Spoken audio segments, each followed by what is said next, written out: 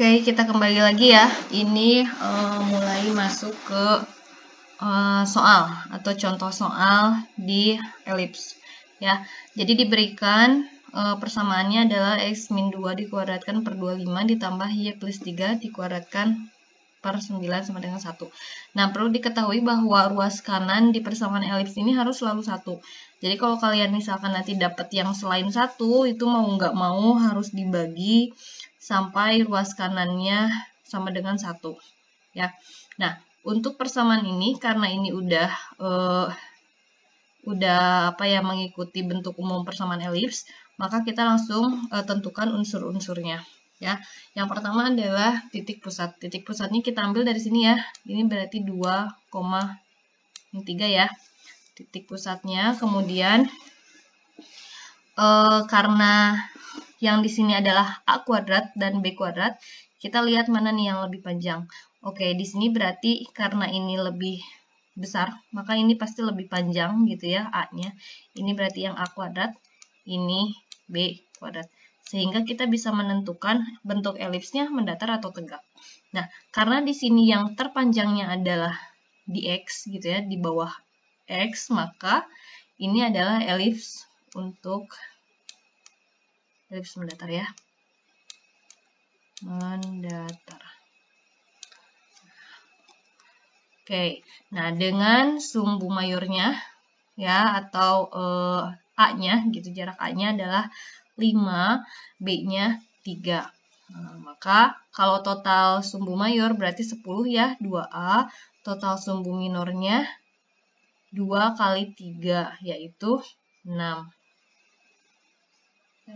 Nah, kemudian ujung-ujung sumbu-sumbu ini harus kita tentukan koordinatnya. Kalau misalkan tadi pusatnya di 2,-3, maka kita tinggal mengurangkan dan menjumlahkan ya untuk yang di sumbu mayor.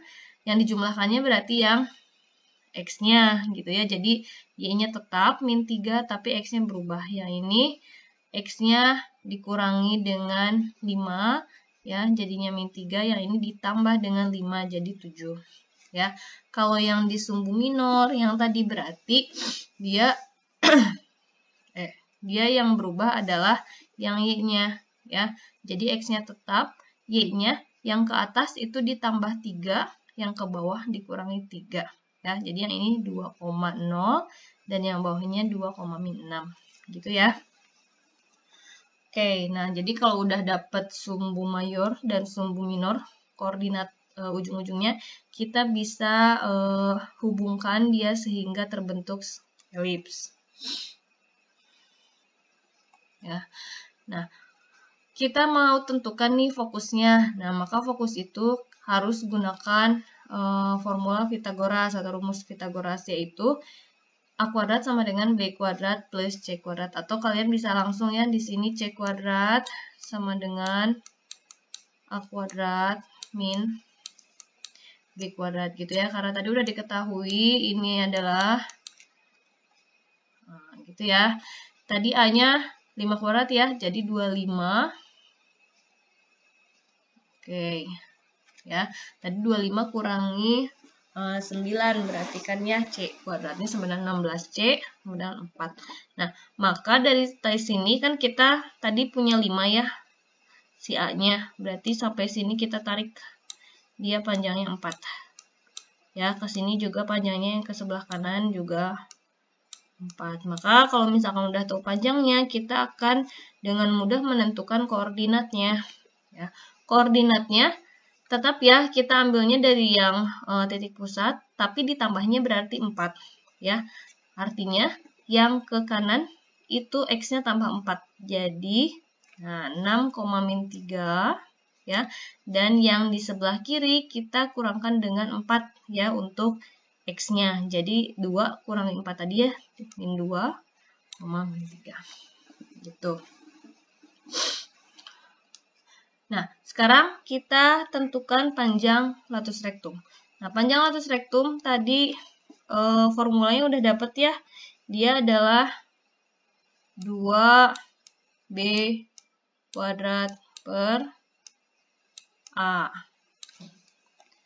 Ya, nah gitu ya. Jadi berapa? Tinggal kita substitusi aja A dan B-nya. Nah, ini diperoleh latus rektumnya adalah 18/5. Ini panjang keseluruhannya, jadi panjang dari mulai ini sampai ujung sini ya, atau sepanjang inilah. Nah, saya tambahkan ini ujung-ujung latus rektum ya, karena nanggung kalau tidak dicari.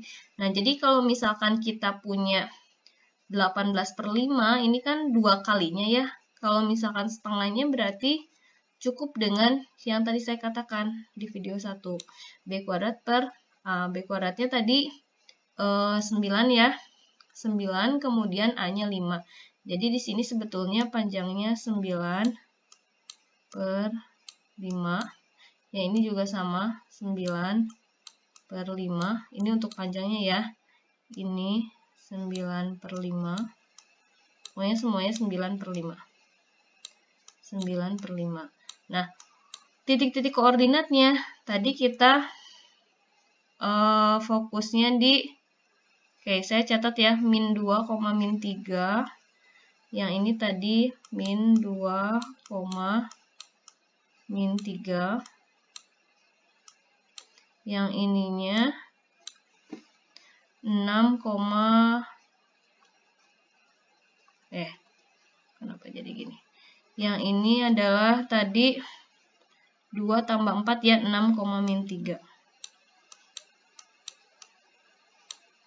Nah, artinya kita tambahkan, apa yang ditambahkan kira-kira kalau misalkan mau nyari di sini?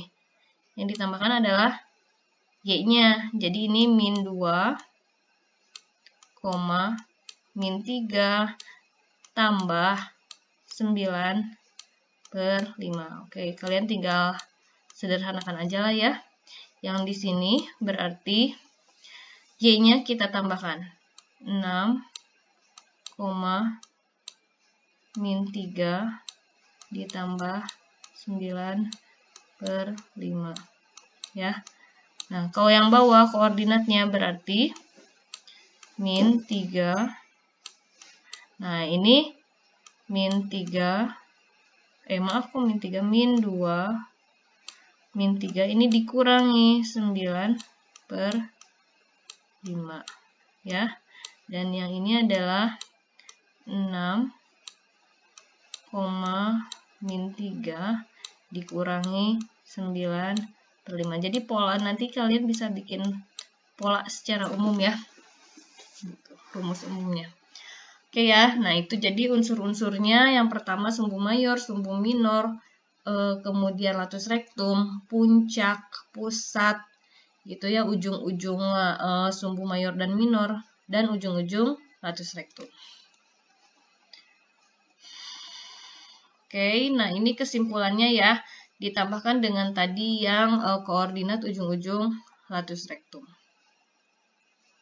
Oke, nah kemudian untuk yang elips tegak. Nah, kalau yang elips tegak, kita lihat A dan B-nya ya, patokannya. Nah, ini mana nih yang lebih panjang? Oke, ini pasti lebih panjang, artinya A-nya di sini. A kuadrat, yang ini B kuadrat. Nah, tentukan dulu pusatnya ya. Pusatnya ada di min 1,5. Kemudian A-nya 7. Oke, A-nya 7. B-nya 4. Ya. Nah, kita lihat nih, A-nya adalah di bawah Y. Ya, di bawah Y. Maka, dia yang terpanjangnya, sumbu terpanjangnya adalah di Y ya, atau sumbu vertikal, gitu, sumbu tegak. Sehingga ini elipsnya elips tegak. Gitu.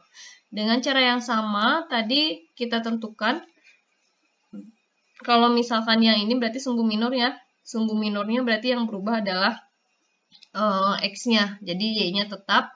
Ini X-nya tadi ditambahkan 4 ya untuk yang ke kanan. Dan dikurangi 4 untuk yang ke kiri. Nah, kalau yang sumbu mayor, tadi yang terpanjangnya kan di sini ya, tegak. Berarti X-nya itu tetap.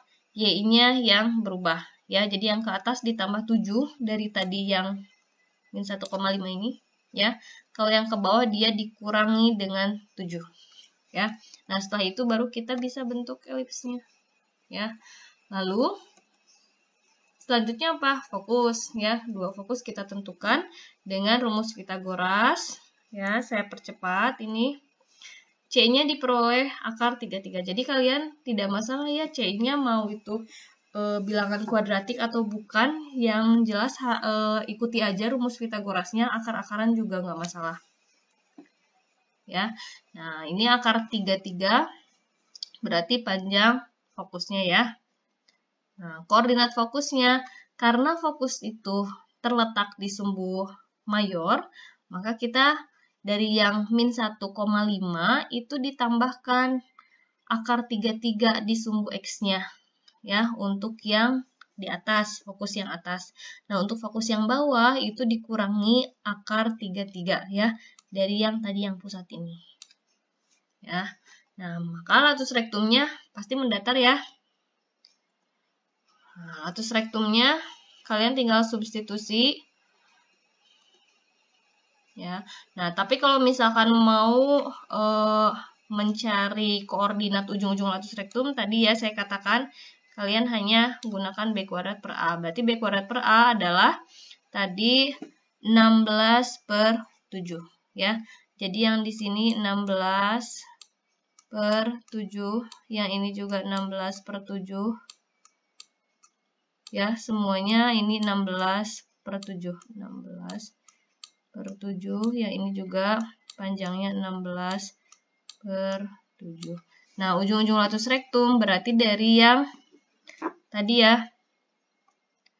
Ini fokusnya, tadi fokusnya min 1. Ini min 1,7. Min 1,5 plus akar 33. 5 plus akar 33 gitu ya. Ini F ya. Nah, kalau ujung-ujung latus rektumnya berarti kalau yang di sini kan yang berkurang si X-nya ya. Berarti ujungnya min 1 min 16/7,5 plus akar 33. Ya. Nah, koordinat yang di sini berarti min 1, ya ini plus 16/7,5 plus akar 33. Ya. Nah, yang di sini tadi berarti koordinat fokusnya F yang keduanya adalah min 1,5.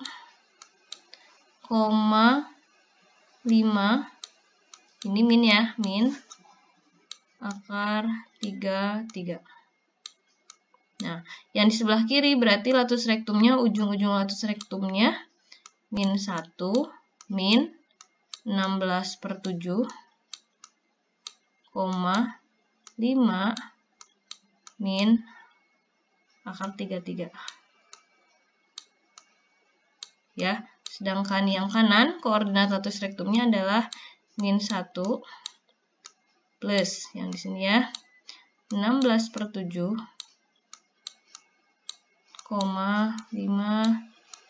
min akar 33 ya. Jadi sebetulnya polanya kita tinggal menambah dan mengurangkan gitu ya sumbu yang terlibat gitu ya, mau yang sumbu X atau sumbu Y gitu ya yang ditambahkannya gitu ya.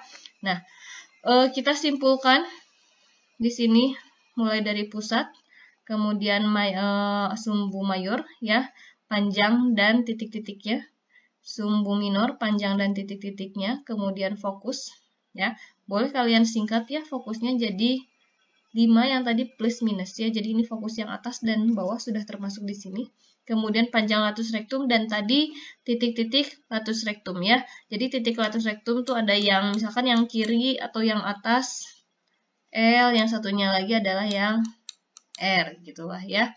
Yang tadi. Oke.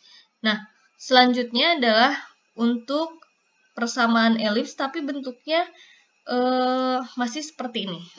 Ya, jadi masih dalam satu persamaan yang kita belum tahu gitu ya, dia elipsnya apa, mendatar atau tegak gitu. Maka hal pertama yang harus dilakukan adalah kita melengkapkan kuadrat sempurna. Jadi kumpulkan dulu yang variabelnya x, ya, lalu kumpulkan yang variabelnya y. Nah, yang skalar itu pindahkan ke ruas kanan. Ya, jadi yang skalar tadi 3 dan 52 ini harus pindah ke ruas kanan ya. Kemudian dengan melengkapkan kuadrat sempurna, oke, ini bisa kita keluarkan ya karena ini faktor 4-nya dan ini faktor 9 bisa kita keluarkan. Nah, kemarin melengkapkan kuadrat sempurna berarti min B per min B per 2? Min B per 2 dikuadratkan. Ya, jadi kalau B-nya di sini 2, berarti ini kita tambahkan dengan 1 kuadrat. Ya, nah kalau di sini berarti B-nya kan 6. 6 per 2, 3, berarti 3 kuadrat. Ya, konsekuensinya di sebelah kanan itu harus kita jumlahkan sesuai yang tadi kita tambahkan ya, yang merah ini. Nah, ini berarti kita tambahkan dengan 4. Ya. Tuh.